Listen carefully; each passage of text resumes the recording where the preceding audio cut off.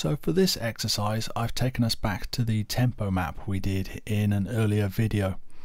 I've actually cleaned it up a little. I've removed some of the additional beats we'd identified and brought it down to a pure bar accurate tempo map.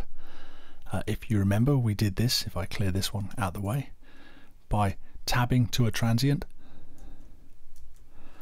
and then identifying the beat position. So this is exactly bar 2 beat 1, and Pro Tools then fills in the tempos between each of these. So let's give this a reminder. Listen.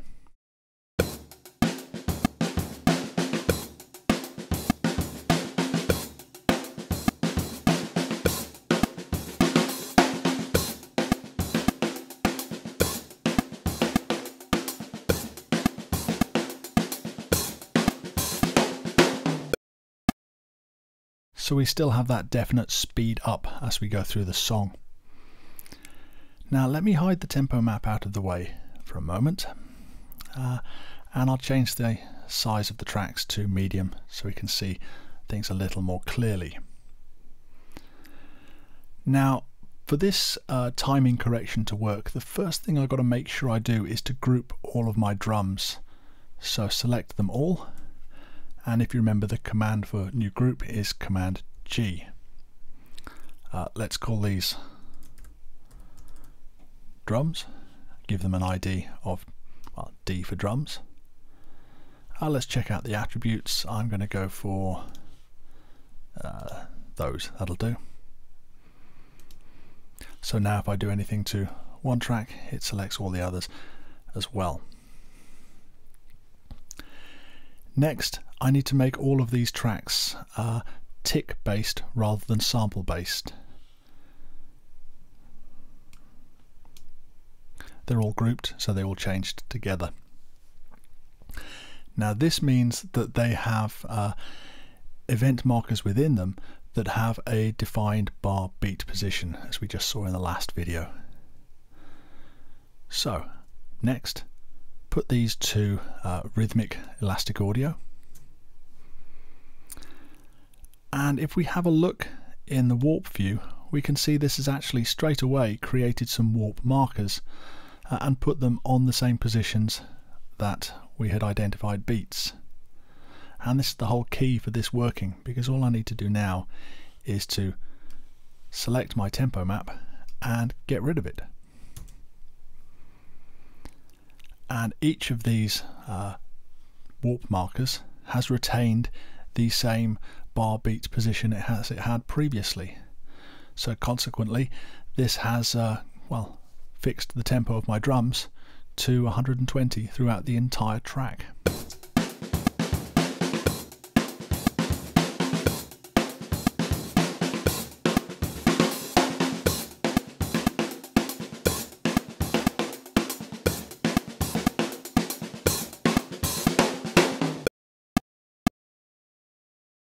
If we zoom in a little more, and I'll set my grid to, let's say, a 16th note, you can see that this is still not perfect. This snare hit here, for example, is late, and we have another late kick here, another one here, a bit early, and this one's a bit early as well. So I'm going to fix these. I wouldn't fix everything, because if you fix every single beat, well, you might as well just program it. You'll have lost all sense of actual true feel.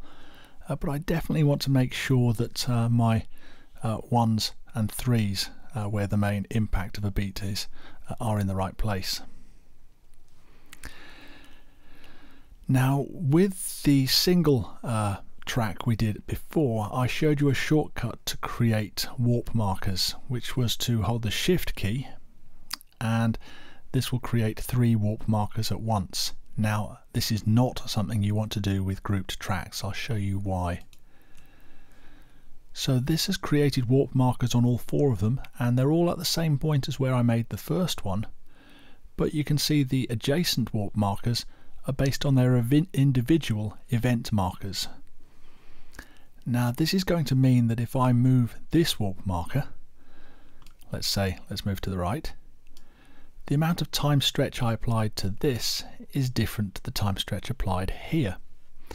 And this is going to cause phase issues. This is a live drum kit, and there's going to be leakage of every drum into every other drum. And if you start doing different amounts of time stretch, this is going to change their phase relationships and create some pretty nasty audible artifacts. So let me undo that.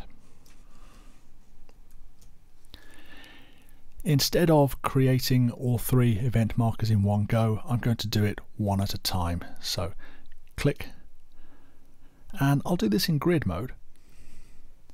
I can now drag this to the exact grid position, and you can see, looking at the hats, that the event marker and the warp marker, they're actually slightly offset from each other, and that's exactly what I want for this. And I can go through and find, oops, I didn't have a warp marker at bar 1 beat 1. Let's undo that and make sure I set one somewhere. I'll put one here, and that means I could now fix this. So go through the track and, well, stop before you've removed all the real natural feel from the drums. Let's give this a listen.